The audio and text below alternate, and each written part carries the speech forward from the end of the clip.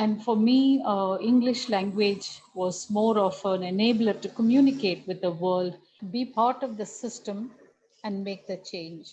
We can very easily borrow the Coke and the pizza, but we cannot bring their women equity and gender equity and inclusion and diversity, or respect for elderly. If we really want to take away the marks from our conscience, I think we need a new avatar.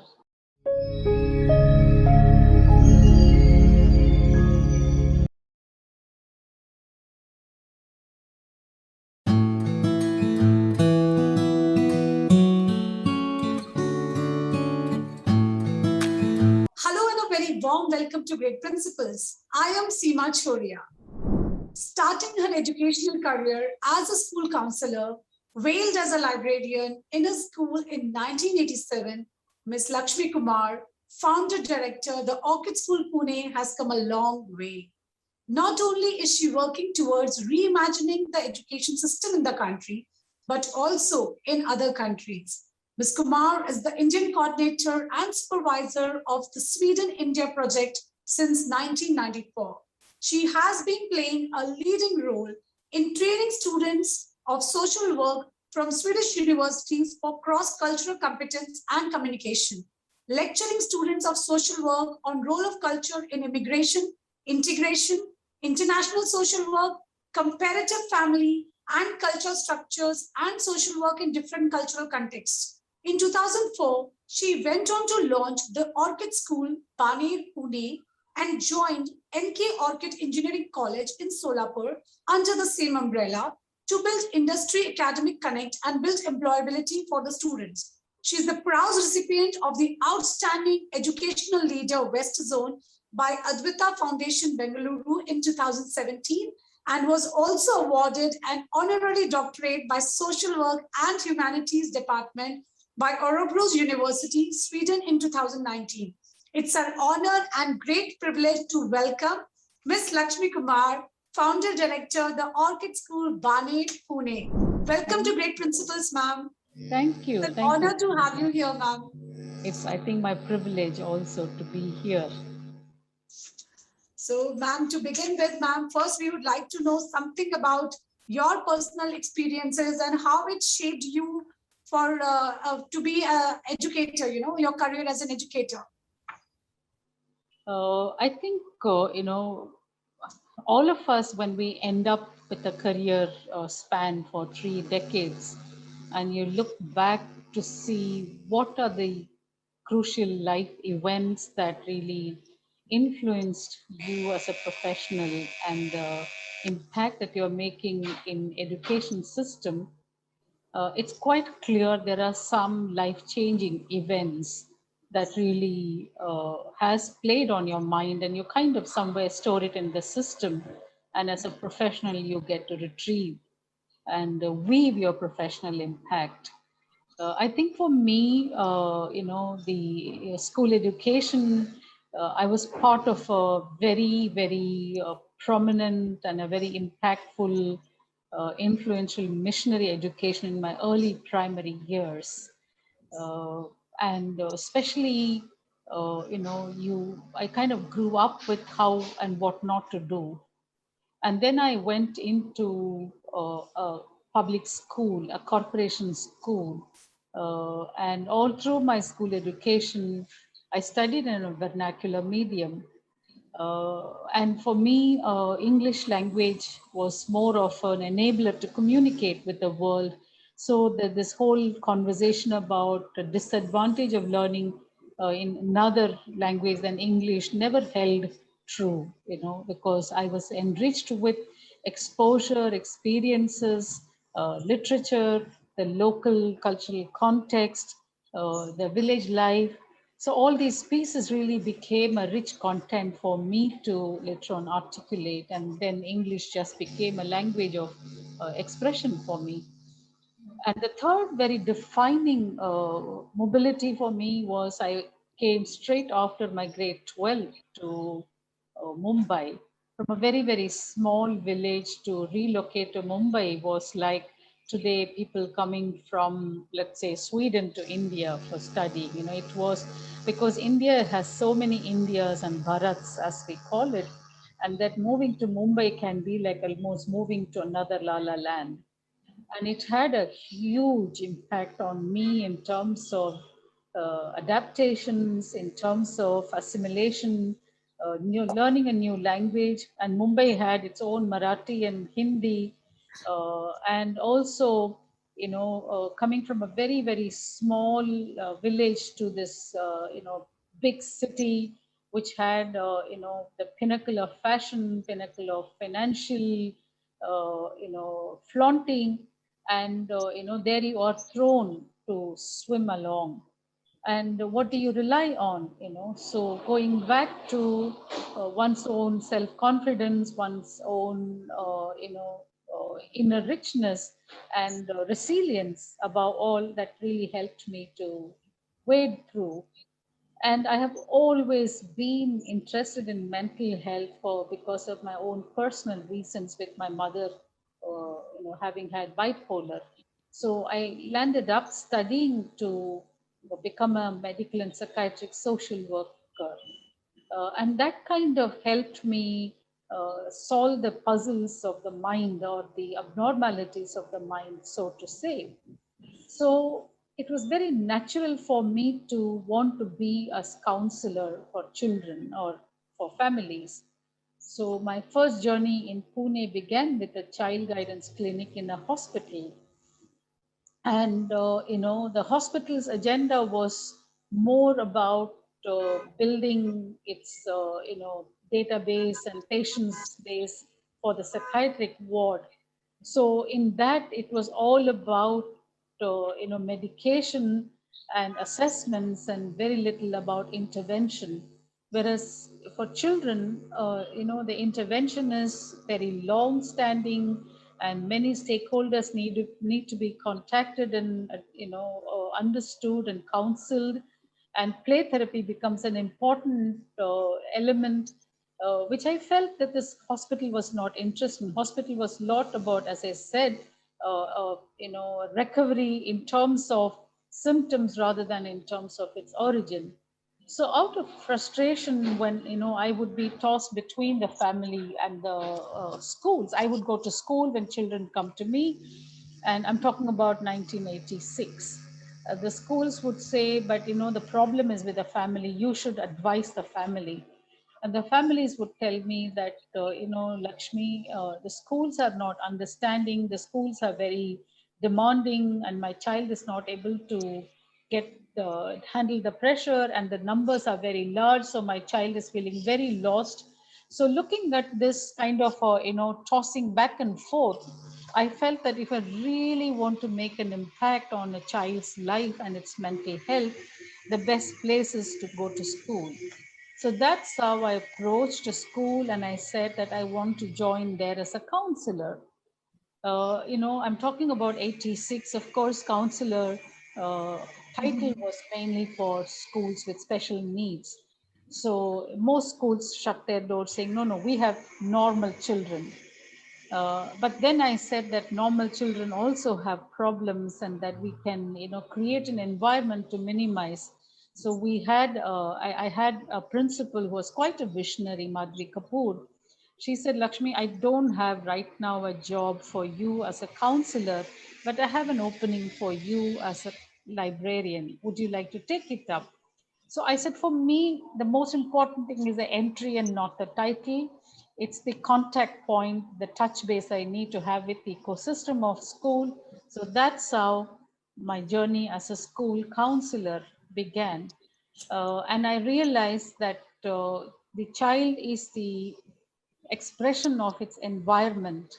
So we cannot fix a child in isolation. If we want to really reduce children's problems, we need to fix the environment. And in Indian context and universally also, families and schools are two very, very big institutions that we need to take care of. And all the members in the family and all the members in the school system. And in school system, it's a system approach. In families, it was a lot about working with individuals, family dynamics.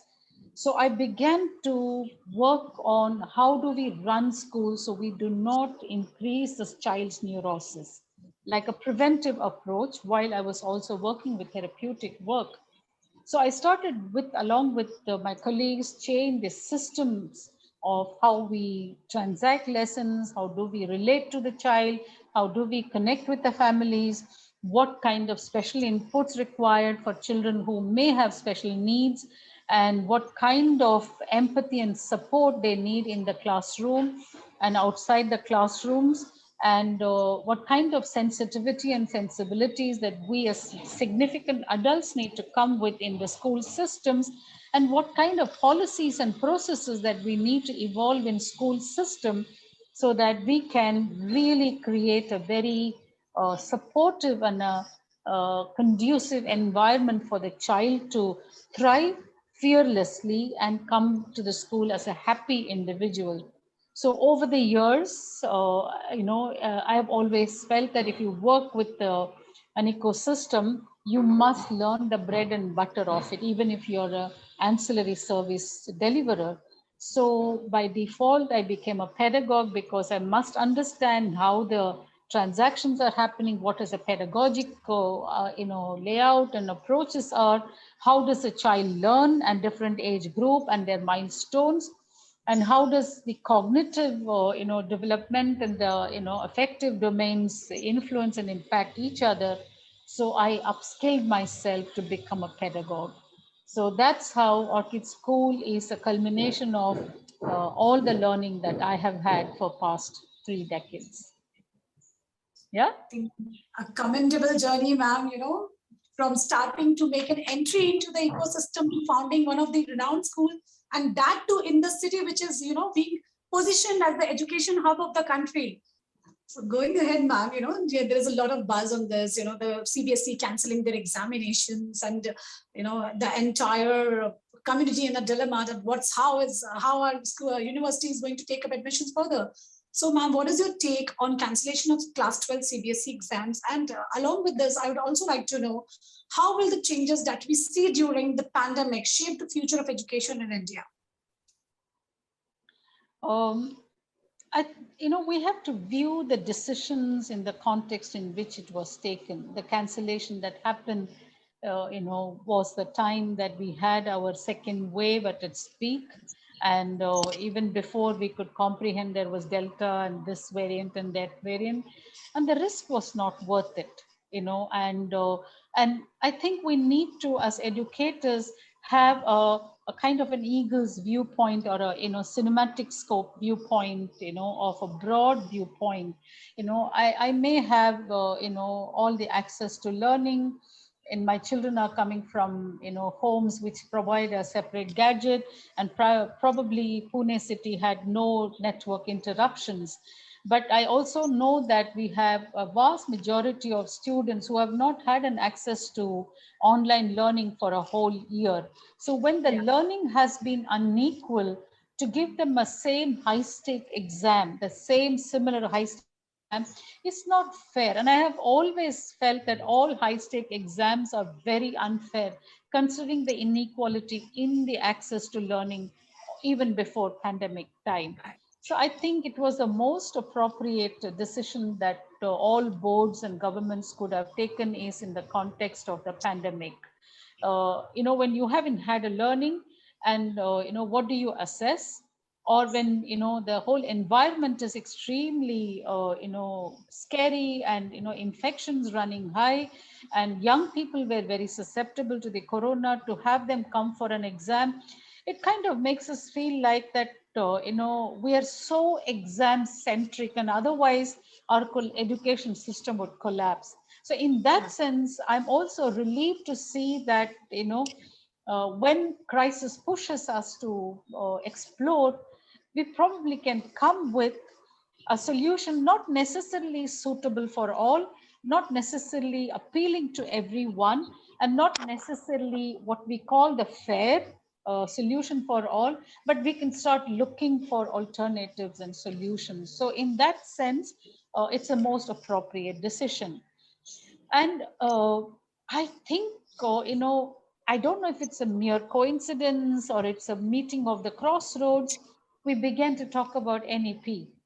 Yeah. Before the pandemic, we began to feel a bit restless about the most ridiculous scores that our children were anyway coming up with. 98.9, you had 10 or 20 or 200 students, and you even had 100 upon 100 in language and social science, and it was like a race between the boards for inflating the scores, and we all knew that there was a very big elephant or a whole family of elephant in the room, all these years, but we didn't notice it, or we just walked around with business as usual, because we never really sat down to see, does it make a sense, though there has been enough voices of sensible educators who said that this high stake exams, the board exams, takes away the joy of learning, takes away the focus of learning,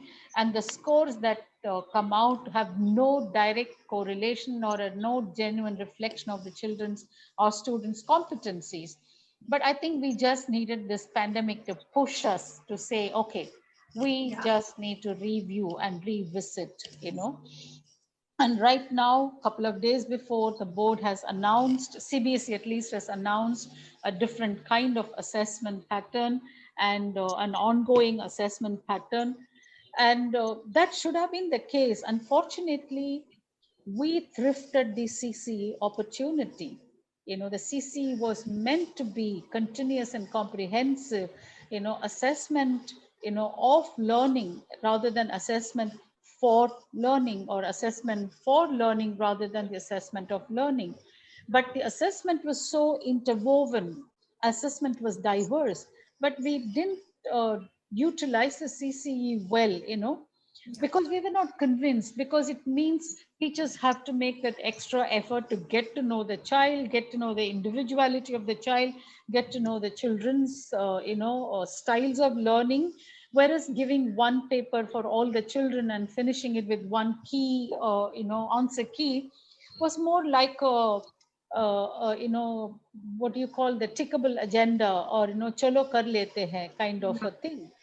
So I guess, this will help us look at the way we run the school systems. Not just about how we are teaching, how children are learning, and what tools we use for assessment, and how do we give our feedback and evaluation. So all those elements in school systems must and will have to change if we have to survive the post-pandemic schooling era. Absolutely, ma'am. You rightly said that we must honor the decision which has been taken. So, going ahead, ma'am, on this note, I would like to ask you, what is the philosophy of the Orchid School and what makes it unique? Uh, I think the philosophy of Orchid School is that be part of the system and make the change, and, never mind whether it is CBSE or ICSE or state board, because I've also been working with similar experiments in state board school. The point is that, create a school that is meaningful in transacting the curriculum. Doesn't matter, which kind of curriculum that you, embrace. But most importantly, create a organization culture that is respectful and inclusive and joyful.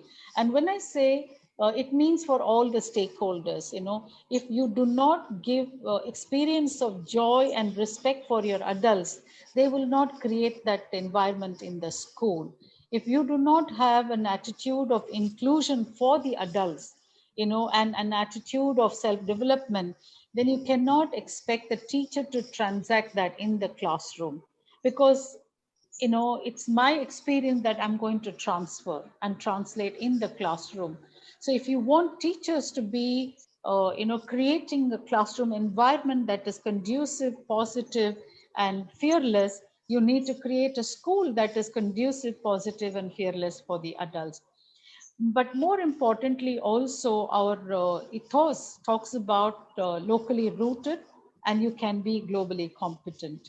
meaning, to know your context, the local context, know your history, know your culture, and based on that you can also embrace and be comfortable in the global context, because we know that the local and global have merged as kind of a glocal. There are Yeah. no boundaries in that sense. Today I can be sitting here and talking to or working with someone who is across the border, or Right. the other person can come here and be part of a multicultural team. So our philosophy is about also contemporarizing education. Before you teach something, put a question: what purpose it serves? Why am I teaching? How is it going to make an impact on my students' future life? Is it about me imposing my past on the student, or that I'm willing to and imagine and transcend my past and enter into my students' future to make it more relevant? Wonderful philosophy of the school, making children, globally connected, yet keeping them grounded with their culture.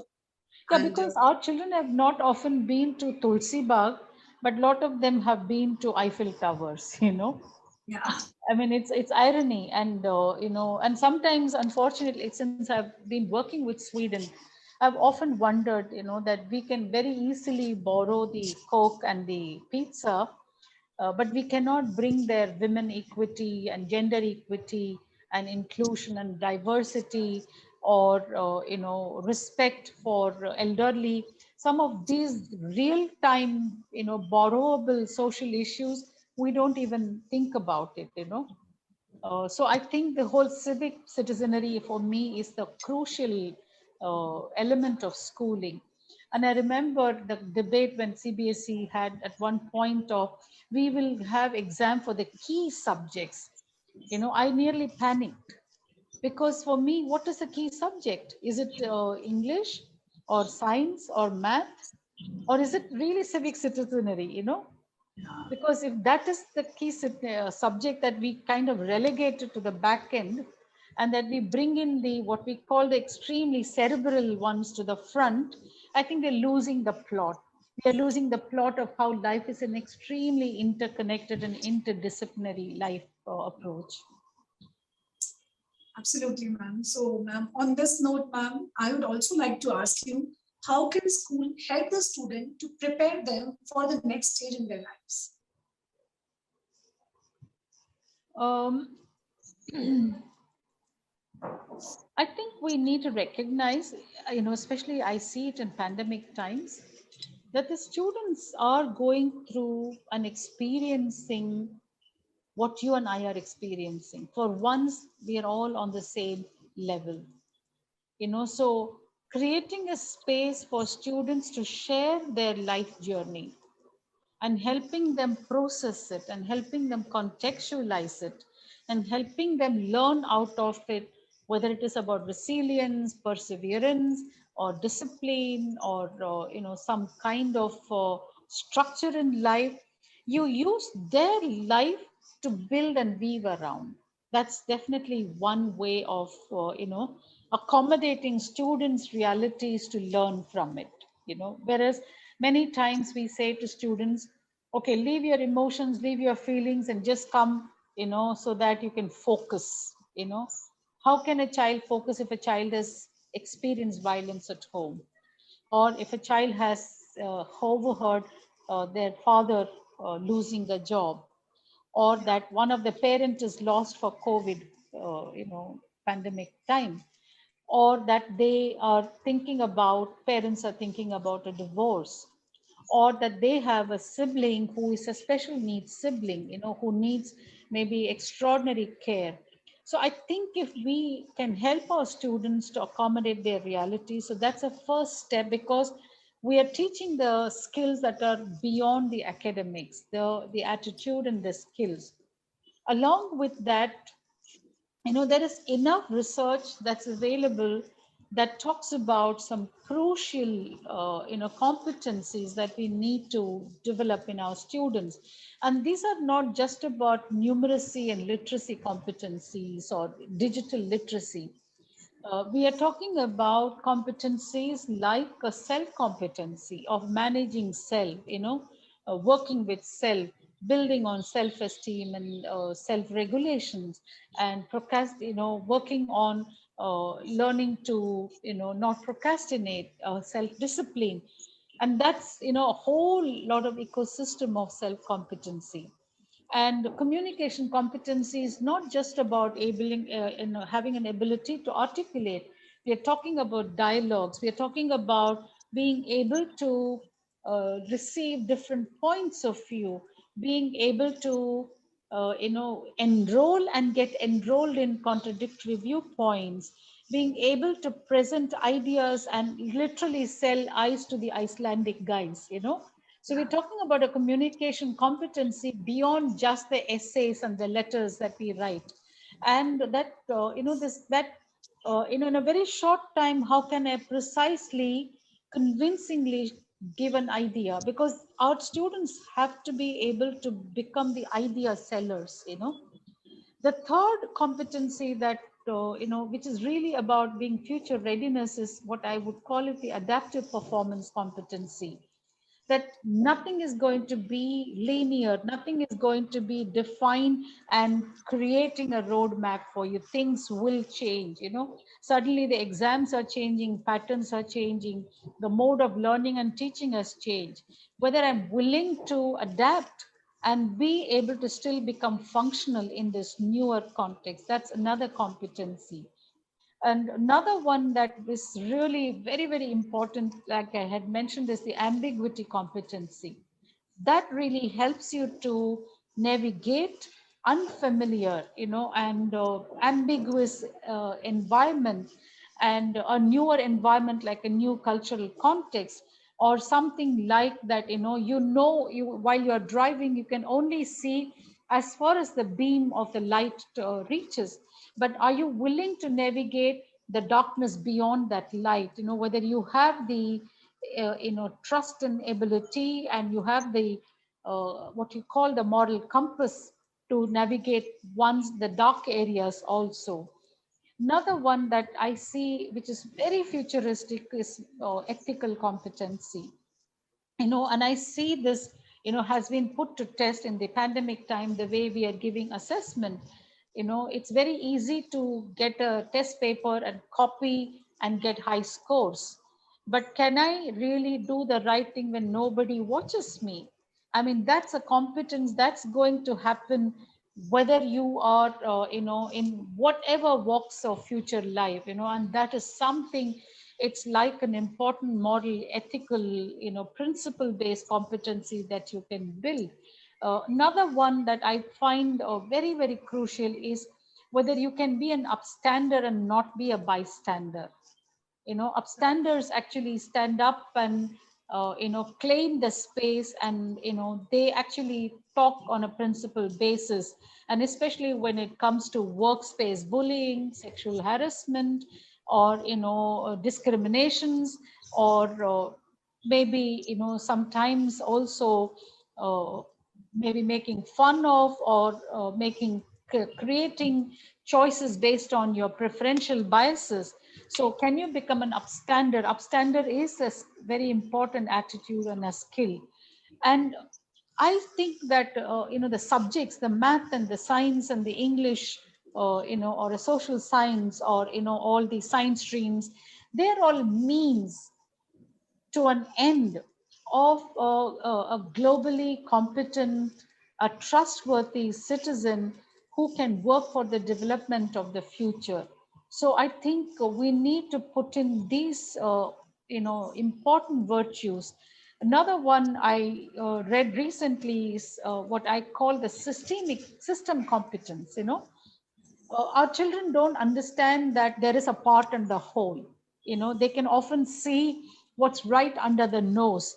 They don't see the interdependence of their, even if they become an entrepreneur, there are a lot of systems that are going to influence. Or if they become working in a department, how there is a part and a whole, and how, whether it is a budget or a HR issue about the product or a service, it is a whole ecosystem.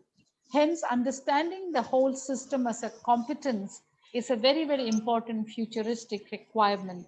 So I believe that, the future is not about, you may have noticed that I haven't spoken much about knowledge and content at all, because I think today I can Google search nearly anything.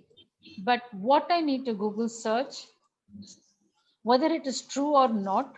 So that is also something that I talk about, the ability to detect the crap, you know. Very well known educator Neil Postman used to talk about that, the purpose of education is to help children detect the crap in the system, So, tomorrow our children need to be able to consume media, but after filtering what information is appropriate, adequate, relevant, and true, So we're talking about a future readiness on a completely personality paradigm rather than a content and a knowledge paradigm. Brilliantly answered, ma'am. You have shared your 7 important C's which every school can inculcate and make the children future ready. So, ma'am has very elaborately explained the 7 C's to make children future ready here. So, going ahead, ma'am, we were just talking about the importance of schools and parents both. So, the COVID has actually strengthened the bond between the parents and the students and the schools. So, in your opinion, how can the linkage between the parents and school be strengthened for the betterment of students? As you rightly said, first we were on the mission of no mobiles in classroom.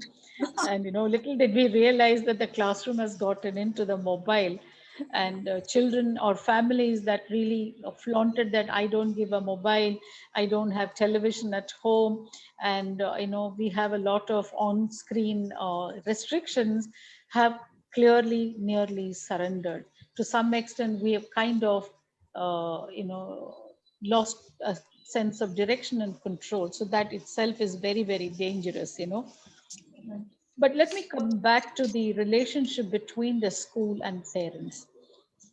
When we started the pandemic and the closures and shutdown, there was a bunch of voices that wanted to hijack the narrative, of okay, now the schools are shut, and what are they charging fees for, or okay, anyway they're just sitting and sending videos, so we don't need it, and kindergarten parents, children just got pulled out, saying ye to hum bhi kar sakte hain. There was a little bit of a lack of respect for the professional competence that teachers come with, ye to hum bhi kar sakte hain.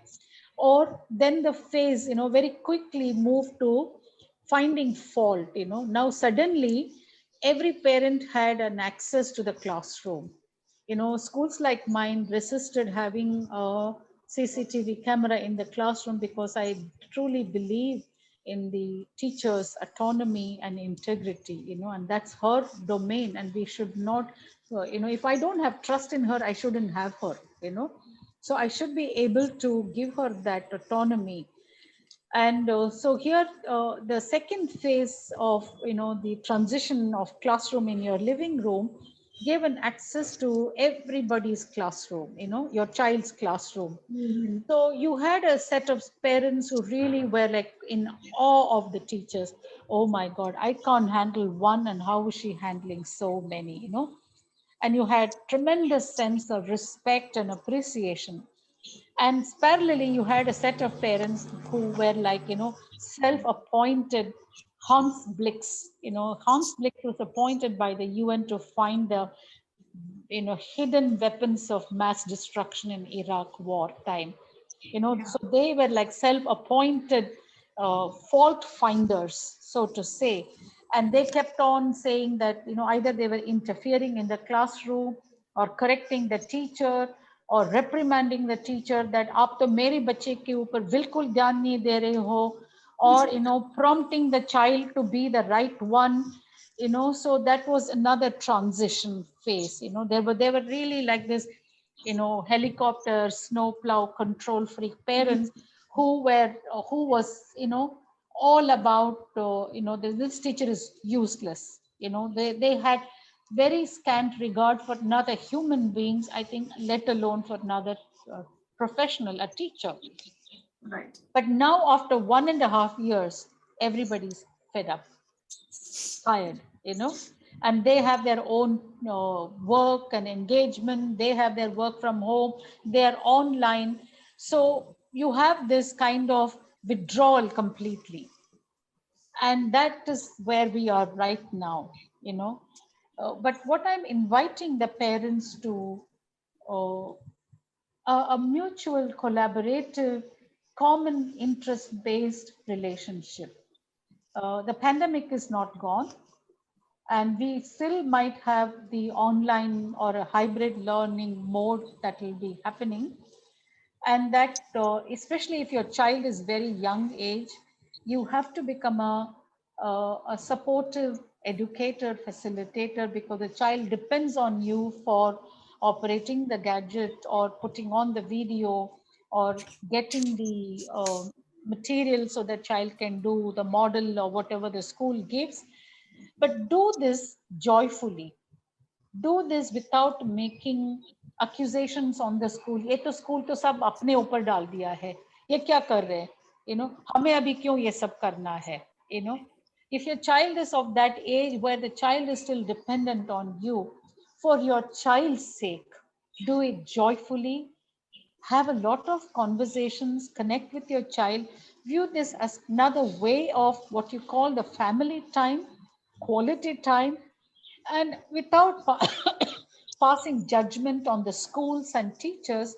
Because remember, pandemic has shown that our children, our society needs school for their social and emotional well-being, for their physical well-being, that we got to be with people, we got to be outside homes, interacting in normal context with friends and peers.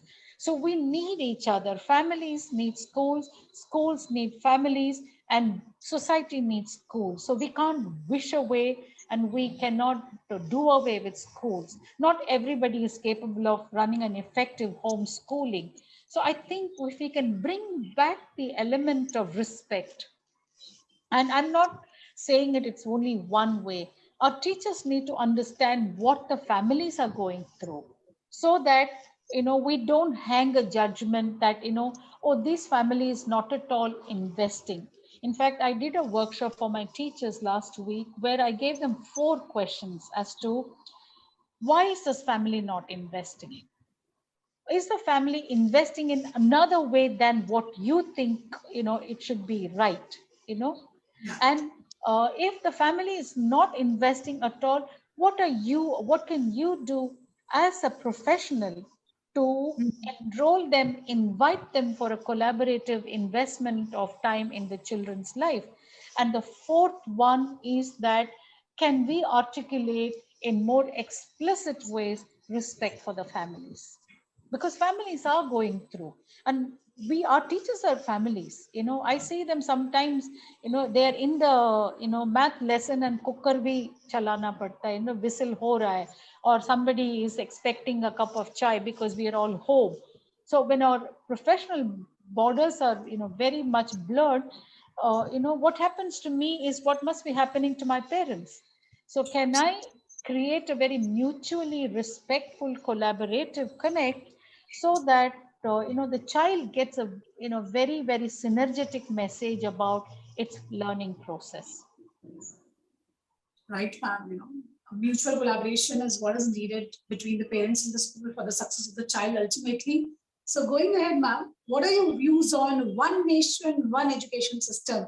Should it be endorsed in India? That sounds very rhetoric. And partly because we are an extremely diverse, I don't mean just in terms of states. I'm talking in terms of the diversity in population, linguistic, diversity, the regional diversity. You have the rural, urban, tribal, and some who don't even list out in the census. So we are, and the kind of history, the local culture, the language, the art and architecture, the diversity is what is our richness. So when we talk about one nation, I think we can define an approach that is locally, inclusive, rather than north dominating the south or vice versa, or one language dominating uh, the other. We know that we have our challenges of bringing one curriculum. I mean, right now, the Ministry of Education is not able to bring all the boards on board for one uniform solutions. IB makes its own decisions, and IGCSE has its own, and then you have your state and center, and state becomes an extremely power dominant decisions. So I don't know whether we are making this rhetoric statement without accommodating the realities. So yes, we need to have a common exam, we need to have a common assessment, or what you call the national exams, that are across the board, because a 14-year-old child or a student needs to know something that's universally the same, so we need to have it so that it helps labor mobility, student mobility, and and it's also the transitions are quite easy from a school education to the higher education. So we definitely need to have what they call in many countries the national exams. But Yeah, for that, we have to, each of us have to be ready and willing to let go. We have held absolutely. on to education as a state apparatus, a political, tool. So I don't know. I don't have answers in that sense, whether we are really willing to let go and embrace that collective reform for the sake of our students. And even Absolutely. after this, there must be a provision for students who don't fit in with this. Right. Because there are always going to be a small group that who cannot fit with the majority, and we cannot ignore their needs too, so whether we are willing to create provisions for those students too is it's a nationwide question. And unfortunately or fortunately, education is a concurrent subject, you know state and center will have to sit together for finding that common platform. A sort of very realistic answer, a very practical answer, in terms of one nation, one education. So, ma'am, going ahead, ma'am, we have reached to the very interesting segment of the show, which is called rapid fire round. Here, you have to answer in one word only. I'll try. Yeah. So here we start. Name a school principal you admire the most. um, Amita Vattal from Springdale. All right. Here goes the next question. Technology connects us more or isolates us more? Connects us more. Great. Does debating help students? No. Dialogue helps. What is one thing that you would like to change about the present generation? Nothing. Do marks matter to be successful? No. What is the greatest challenges students face today? Expectation management from the environment. I know I'm supposed to say one word. Uh, yeah, expectations. Everyone has, their set of expectations being poured on them. Do this. I want you to be like that. Very Yeah. less or very few are concerned about their dreams. They're just making them Yeah. what we expect them to be. So, ma'am, we saw you on the professional front. We got to know about your professional life. Now we would like to know what Lakshmi ma'am does when she's not working. What are the hobbies you're involved into and how they help you? I love traveling. So, and I don't mean traveling only to faraway lands, also to hinterland.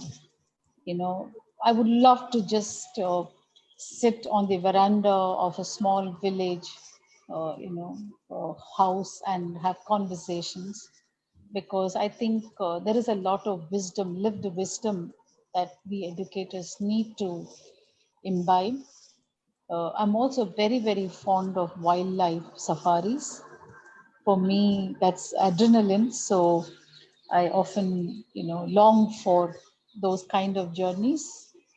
I'm also very, very fond of meeting people. I'm a very people person. Yeah. So wonderful. So ma'am loves traveling, wildlife safari, and she's people's person. So on this note, ma'am, we have reached to the last question of the show, which is also called viewers' choice questions. So study should be not for marks; it should be for knowledge. And how can schools, parents, students, and educators develop the passion for gaining knowledge and not going into the mad rush for marks? I don't have answer for this question. How? Um you know, just 2 days before, LinkedIn had so many posts by principals posting their IB scores. I mean, even in pandemic times, that's all we are talking about. And we are not talking about, uh, we are only talking about how many got 40 upon 40, 34, 36, 38. We're not, of course, talking about anyone who's gotten 20 upon 40, you know, or we're not talking about how our students have survived. So if we really want to take away the marks from our conscience, I think we need a new avatar. I mean, Absolutely. it really, it pained me that in the pandemic time, we know how kids have scored marks. Whatever form of testing. And right now, the entire discussion in my school, office, all the principals are all about moderating the scores. It almost feels like that magic of that one score, Dedo, really, I don't know. And Ma'am, at times, in this 1.5 hour interview, you didn't ask me what my scores were. yeah. So, we all know the scores are not important, but that seems to be our only sale point as educators. I remember I used to, sorry if I'm taking a little few seconds more, I used to live very close to a school, in the same lane. And every month, every year, sometime in June, the school will have like a shadi jaise lamps dalte the, those arch Mhm. lights and those fairy lamps.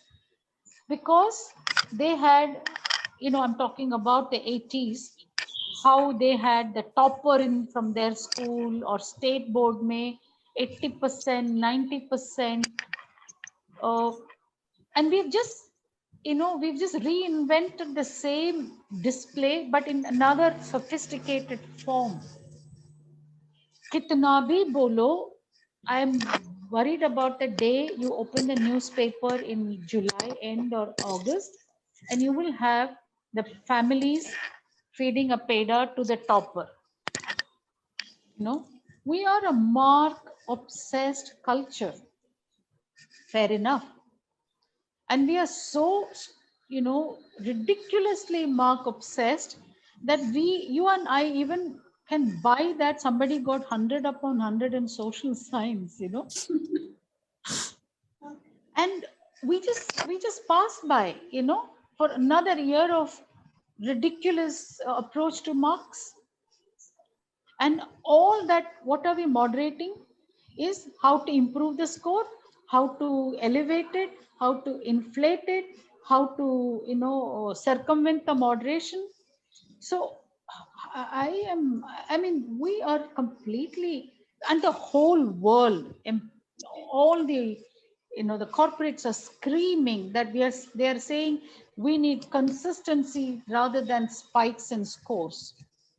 And all the universities locally and overseas have said this year we are not looking at the scores, we will have a common entrance examination. Or they are saying we need certain, let's say a 75% as a cutoff, but we ignore everything and we are talking about high scores. My concern is, why are we not talking about every child? After 10 years, where are my low scorers? Have they made it in life? That conversation, that narrative is missing. Until then, I feel education ko mukti nahi hai. No, ma'am, even I think the social media is a very big culprit in this. Yeah. Everyone just pictures their accomplishments, their recognitions. No one shows, Yeah, it's so not the real picture. almost it feels like everybody is absolutely on a joyful, successful Exactly. ride. They never have a down. It's only up and up and up. And Yeah, we are that is giving a what's very pushing each false, other yeah, we to, are giving a very false sense of life cycle to our students. maybe, if people start talking about their challenges or, talking about how can someone support me, someone guide me. Yeah, I'm facing this challenge that might yeah, help. We all picture that, no, we all have achieved something and we all are doing very well in life. yeah. That is what. Or I was an average student who was 75, and I here I am. But I don't know. I think we are on a denial. Uh, I don't know when we will change. So, ma'am, it was Okay. really wonderful to have you here and so much of insights we received today. So, we had a really thoughtful discussion. It was delight to have you. It was great to know so much, and I'm sure my viewers going to benefit from this a lot. And maybe we just become a part of little change that we all are looking forward to. Definitely, definitely. Yeah. Thank you. Thank you. Thank you, ma'am.